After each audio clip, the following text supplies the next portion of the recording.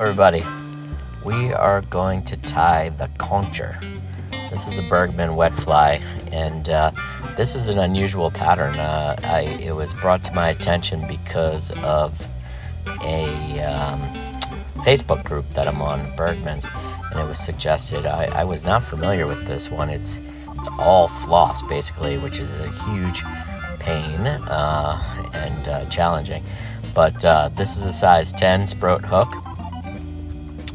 And I'm just going to use black thread. If you were really nitpicky and worried about the color of the floss and how it shows when wet, you could use white thread, and that will keep up. I forgot to pinch the barb down. Pinch the barb. Always pinch your barbs. And so this is just black thread that I'm bringing down the shank, and I'm going to tie in the tail. The tail is red quill slips, and taking for the size 10, this is about 4 fibers, measuring at the length of the body, which is just that black part, and I split the quills on both sides there and give one wrap, and then I'm going to grab those two ends and lift up. This is sort of like an elevated pinch wrap, which just drops that tail right square on top of on the hook shank, and then we can wrap forward, tying down the butt ends of that.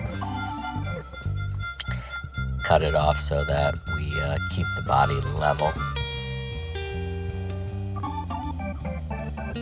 or uniform, I guess, is more the issue, not necessarily level.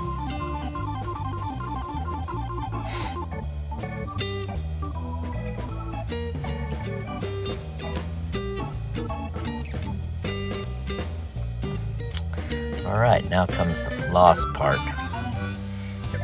This is Uni single strand floss, so I'm going to double it up.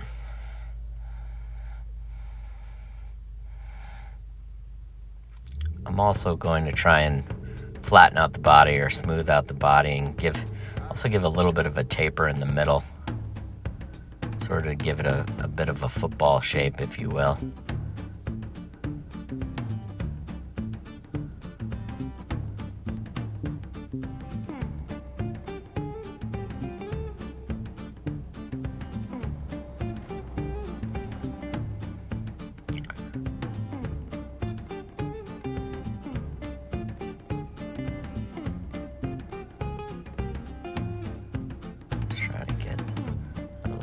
Red there from the quill slips.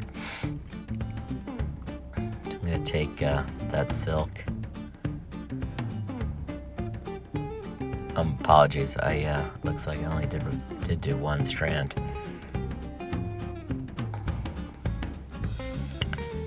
And I think that's because I decided to go down to the bend and then back. So in essence, if you started at the tail, sort of like Don Bastian style, then you could use 2 strands. Make it a little bit thicker. Make sure you cover everything. I let it flatten there a little bit to just help be smooth at the tail. Always trying to flatten the floss. This is Rayon. Rayon frays and causes all kinds of trouble. Not sure how this fly is going to react post being taken by a fish. This is literally the first time I ever even noticed this fly, and began to tying it. Maybe my 3rd or 4th time tying one of these flies. So I'm going to do now the beard, or the hackle, if you will, which is also just the floss. So I'm making it about 4 strands, and I have a rotary vise, so I just turn the hook upside down and slip it over there, and get it straight on the bottom there, and give it a couple of tight wraps, and then we can cut out the excess material. And then the wing is also just floss. So I did 4 strands there for the tail. Sorry, not the tail. The hackle or the beard, and we want the wing fuller than the beard. So I'm gonna do more floss there after I'm done primping and cleaning up things here.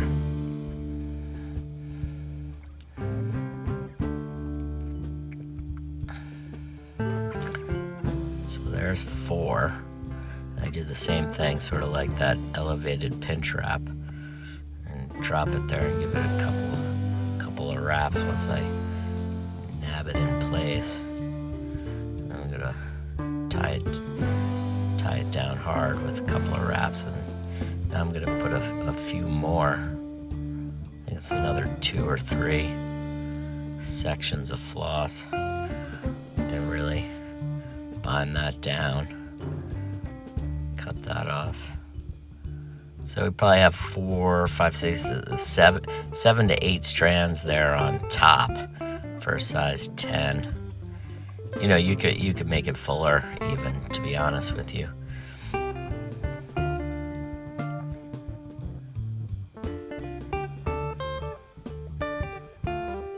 Just making the head, checking that I got it filled in, and then I have a nice even edge. Flatten the thread there so that you do a nice flat thread head, and then as flat as you can thread on the whip finish, back to front whip finish always.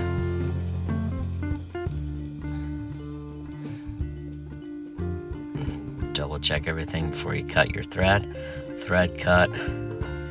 That's Vivis. So my rough hands playing around there with both the floss and the Vivis is kind of like floss. I fray it also. You could wear gloves, silk gloves if you want to, if you're really worried about that. If this was, you know, if you were going to try and frame this fly, obviously you'd do a much better job than this. This is just a fishing fly. And these, you know, once everything's done and glued, cut the wing so that it's the edge of the bend, a little bit into the tail, and then the beard or the hackle, you want to go to the hook. Oh, this gadget is a new gadget I got it at Michael's. It's like a thread burner.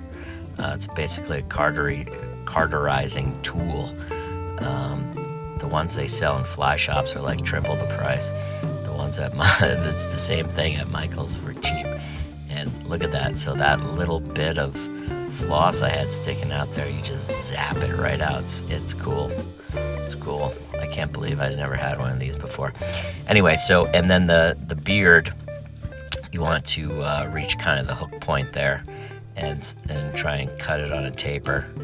I'm doing a little glue job here, not the best of glue jobs. I think you saw I got some on the beard. But once everything's dry, you can brush out the wing and the beard, and they're still kind of holding their strands. Here we go. Here's the fly after it's all dry and glued, and I brush the parts out. Thanks. Take care. Bye.